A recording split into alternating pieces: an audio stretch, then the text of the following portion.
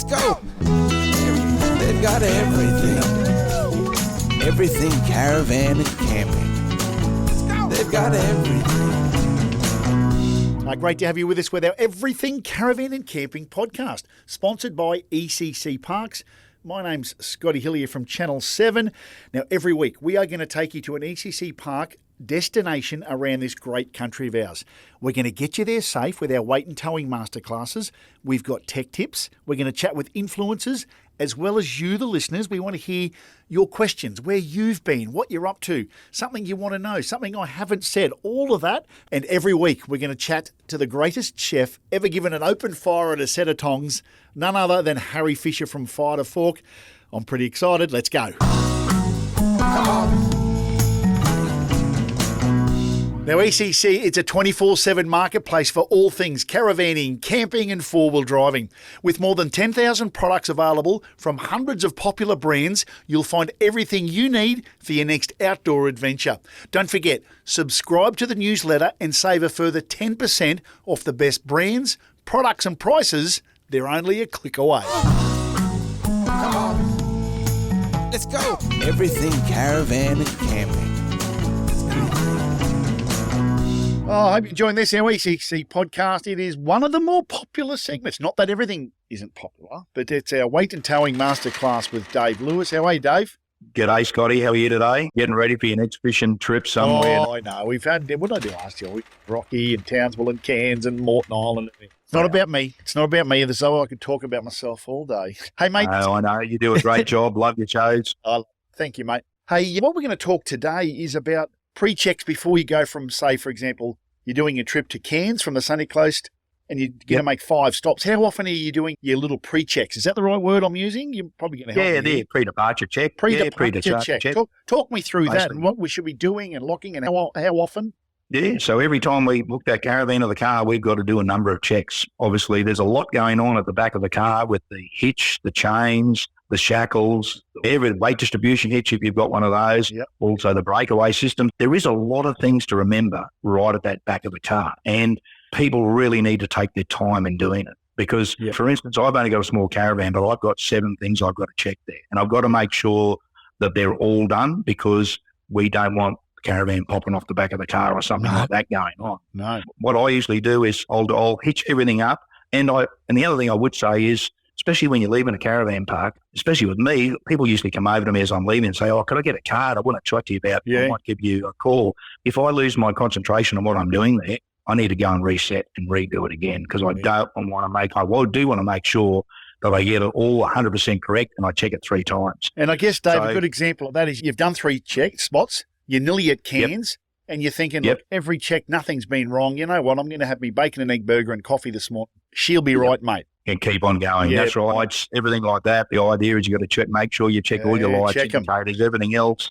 And obviously, once you've checked all that towing equipment, as we call it, then it's a really good idea to walk around the caravan. Now, just last week, I saw a caravan going down the highway with the antenna up. Now, that's probably not that dangerous. I dare say if he didn't stop and do it, that antenna probably would have shaken off. There's a lot of things like there's the side table, for instance. I have seen a caravan going down the highway with the side table down. I haven't yet seen one going down the highway with the side table down with the toaster still on it. But I have seen one with the table down, and obviously the side step get in the caravan. That's another thing. So go for what else? What else are we looking for? What else are you looking for your little check? You walk around tyres, I guess, is one. Anything. Yeah, and that's right. Anything, and that applies to the car too, Scott. If you've got the kayak on the top, make sure that those straps are on there and they're tight. Make sure that there's nothing that you left nothing that's not checked. Everything's got to be checked. So that walk around is priceless. Obviously, a lot going on at the hitch. More importantly, walk right around the van, check all those lights, check everything that should be locked up. And obviously, that's on the outside of the van. We do need to, before we shut that door of the caravan and hitch it up to the car, it's a really good idea just to go make sure all the cupboards are shut inside. You've turned the gas off, for instance.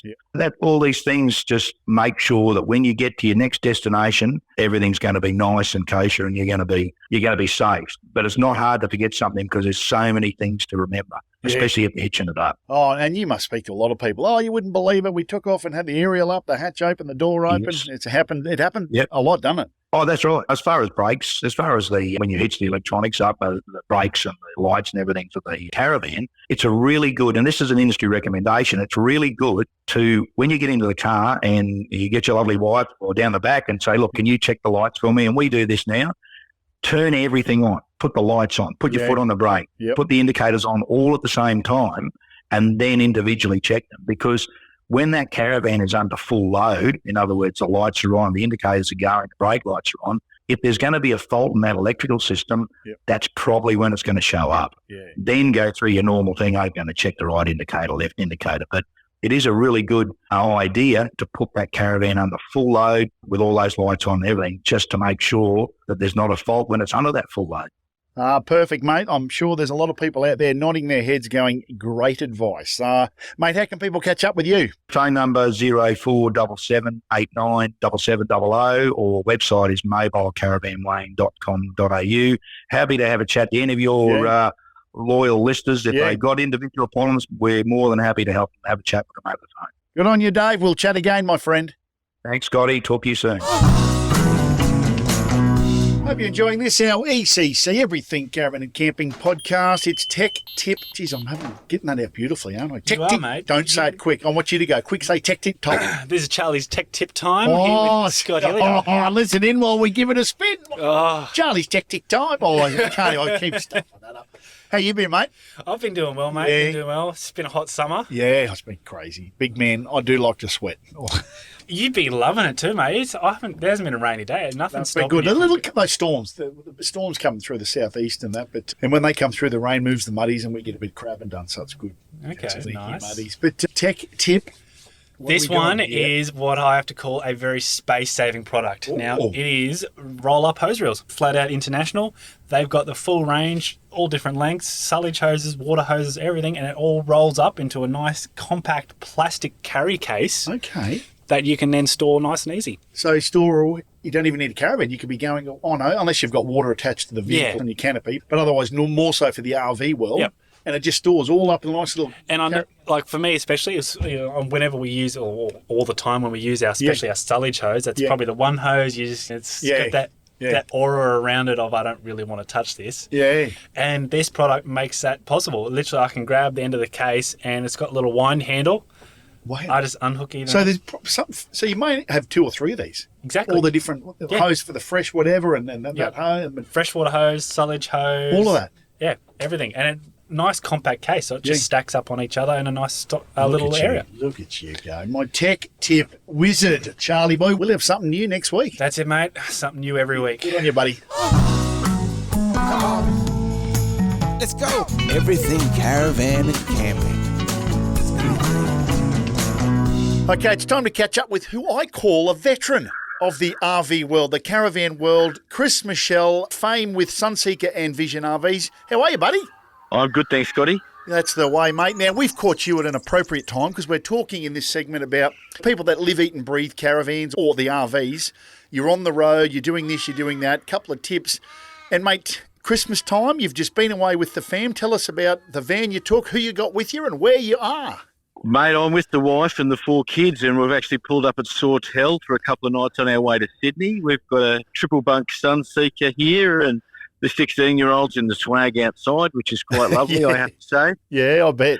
He's too big. He's too big for the van. So you talk about bunk beds, Chris, and I guess as I introduced you as a veteran, over the years you've seen the swing towards the families with the kids wanting to get out on the road and check out this great country of ours. Oh, mate, it's been a huge shift in the industry. Our family went to Fraser Island a few years ago, and we went without a van, and I really loved the experience of Fraser. And when I'm only coming back if I have a van, and that sprung my motivation to come up with a really good family floor plan, which is the Wild Child. Yeah.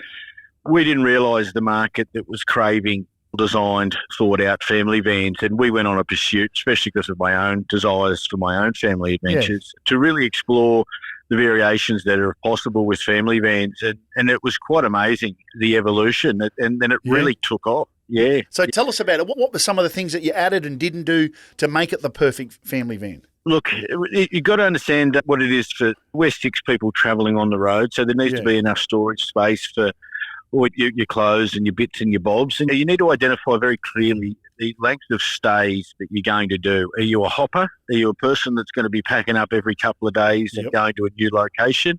Or are you a stayer where you're going to go park somewhere, set up camp, set up a little village and stay there, and you do that once or twice a year? Or are you on the road full time? They're 3 very different logics that you need to approach family vans in a different way. Myself, I don't have the luxury, unfortunately, with how busy we are, to hit the road full time. I do want to do it one day. Yep. So I'm a hopper. I'm a sort of an off-roader. Whoops, sorry, that's hello. That's all right. You're a busy man, and that proves we're live, recording live. So we just keep going, Chris. We don't worry about that. That's the alarm to remind me to make sure I'm ready for Scotty. So you're a hopper, you were saying. I love it. I love those 3. I love the 3 analogies, mate. It's just so perfect what you've said. But keep going. You're a hopper? Yeah. So, look, I'm a bit more of an adventurer. I like to get to the sort of off the beaten track a bit and explore a few more remote places. So we opt between, I'm blessed with owning a caravan dealership to be able to walk into the yard and pull out any van. But one of the vans that we've really enjoyed recently was a 16-foot bunk van, 16-foot triple bunk Vision, that allowed us to get more places, especially on beach travel. Yeah. That allowed us to get up onto some parking spots with the caravan that usually would have only been reserved for camping. Obviously, we don't get to fit as much in, but that's because we're not staying in it full time. You don't need all those extra bits and bobs, but really allows me to get to those more remote places and with ease. Yeah. As you get bigger in the vans, the harder it is to get maneuver tracks, get a lot, traverse soft sand and things like that. So that's one of the differences, I suppose, is understand the size of your van you're chasing, because that'll also then match back into the car. The whole ecosystem that a lot of people don't consider. They look at these dual cab utes and go, oh, you can tow 3.5 tonne. No. No, it's spot on. And I love how you, Chris, you put your vans through its paces. Like a lot of people listening have got the Cape as a bucket list trip. Mate, I did it with you on Creek to Coast, and we had a fantastic trip, and you towed a Vision RV all the way to the tip, mate, through the old dirty telly track. It was quite the adventure. Wasn't it? I'm having goosebumps now talking about it. But what made me think of it is because you talked about a smaller van that tracks the vehicle and those little tight tracks. Like if we had a bigger van, there's probably no way we're doing what you did with that van. There's absolutely no way. There were certain parts through there where it was absolutely groomed for the width of a vehicle, not the width of a van. You're talking 2 metres versus 2.5 metres. Yeah. And when people are trimming trees and all that kind of stuff with chainsaws, because Mother Nature does throw everything at you. Yeah. The tracks are always groomed or tailored or worn to the width of a vehicle or the height of a typical vehicle. Yeah. So having a van that is tracked the same as your vehicle and a pop top, for example, will allow you to get through those tighter spaces. Yes, very much so. Yeah, what a trip. So, mate, let's get back. You're on the road. You've got the triple bunk van. You're a hopper. So is it easy to overpack and put extra weight in the van? Is that something people have got to be mindful of? If you've got a couple of kids, Chris, it's easy to fill it up and make it way too heavy. It is. It is the propensity to take it just in case I need it. Yep. You don't. Yeah. One of the things that I suggest to a lot of customers is if it's something that's not too expensive, then if you need it, buy it. Yeah. But if it's and you got to, I'm a mechanic by trade, mate. So I suffered from the take toolkit. You could probably re-kit build an engine while I'm on the road. I know, but I have scaled that back, Scotty. I have indeed scaled that back. Yeah, good. Nice, mate. Nice, mate. The caravan industry, the RV world is still going gangbusters. I know you're on the Sunshine Coast, Nicola Way, Kawana. There, have you got anything new? Yes. Can we share with the listeners? Have you got something new you're ready to launch in 2024? Yes. We're just about to roll out a 19-foot-6 caravan, the latest Gen 3. Lovely. And that's all timber-free, not only in its shell construction, but also in all of its interior cabinetry construction. So we are quite unique on that front. There's no one out there that has aluminium cabinetry as well as a fiberglass sandwich panel composite exoskeleton. So exciting. Pretty cool stuff, mate. It is. It's shaping up pretty groovy. We've got a massive outdoor kitchen on it, hot dip gal. It's really set out to be the van for all adventures. It's not tailored towards anyone in particular, but it will outlast Put it this way, mate, this will be a van that you can hand down through the generations. It's going to last that long. Oh, that's exciting. And I'm sure people jump, sunseeker.com.au. What's the website with you guys? Is that, how do I go? Did I get that right? Yeah, sunseekercaravans.com.au. We'll get you there, and then you can redirect it through to the different pages, Sunseeker Marble or Vision Band, to narrow your focus. Yeah. Lovely, mate. Look, I know you got the kids waiting to go for a swim. Appreciate your time, Chris Michelle. We will catch up with you on the road, I'm sure. Good on you, Scotty. Thanks, mate. Okay, it is food time on the podcast, and there's people sitting down with notebooks and pencils and pens because this bloke makes it simple. He makes it tasty.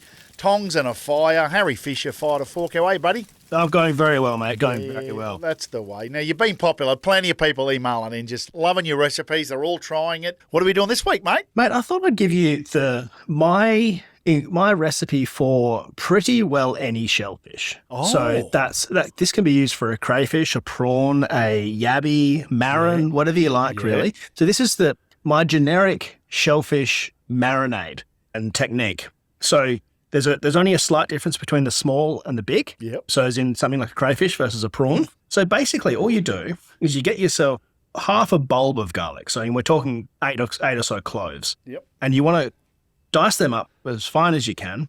Dice up a couple of chilies if you're feeling a bit adventurous. And you want to get quite a lot of olive oil. So probably half a cup of olive oil. You want to get a little bit of coarse salt, so cooking salt or even the rock salt. Pour it out of your grinder. Don't grind it in. You want it to be coarse. This is quite important. And then you chuck that into some sort of a mortar and pestle, whatever you've got really, that you can really crush it up. If you've got a blender, you can use a blender, but it probably won't work as well on a blender. Mortar and pestle is absolutely the way to go. And the thing is, you can do this at home. You don't have to do this in the bush. Yeah. So this is just a great thing. And what we want to make is a garlic emulsion, which means that it's really properly infused into the oil. That's why the blender doesn't work as well. It doesn't grind it in. And those big lumps of salt, they're the crucial bit. They are the sandpaper. They are the thing that will crush that salt and that garlic and stuff into the oil. You need a bit of abrasion in there. So that's what you have in the bottom of your mortar and pestle. So you grind that up, chuck it in your Tupperware, chuck it in whatever. And then all you need to do is baste your shellfish. So put it on first, baste it, give it a good basting, and then grill it. Now, the grilling part of things is, I think, something that, I tell you what, once you've done this, you'll never boil another bit of shellfish. You'll never boil a prawn. You'll never boil a crayfish. You'll never boil anything ever again once you've grilled it. So you want to cut them in half, long ways. Leave the shell on, that's fine. The shell holds all the juice in, which is fantastic. And then once it's cooked, all the meat peels away from the shell really easily. So you cut them long ways, whole thing, pour the emulsion into the middle, sort of meat side up. And you grill them. Now, for small things, you grill them quite hot, and then you flip them.